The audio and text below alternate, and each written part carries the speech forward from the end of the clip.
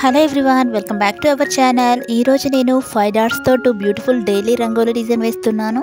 నేను వేసే ఇలాంటి చిన్న ముగ్గులు మీకు నచ్చినట్లయితే లైక్ చేయండి, షేర్ చేయండి. మీలో ఎవరైనా ఫస్ట్ టైం నా వీడియో చూస్తున్నట్లయితే సబ్స్క్రైబ్ చేయడం అస్సలు మర్చిపోకండి ఫ్రెండ్స్.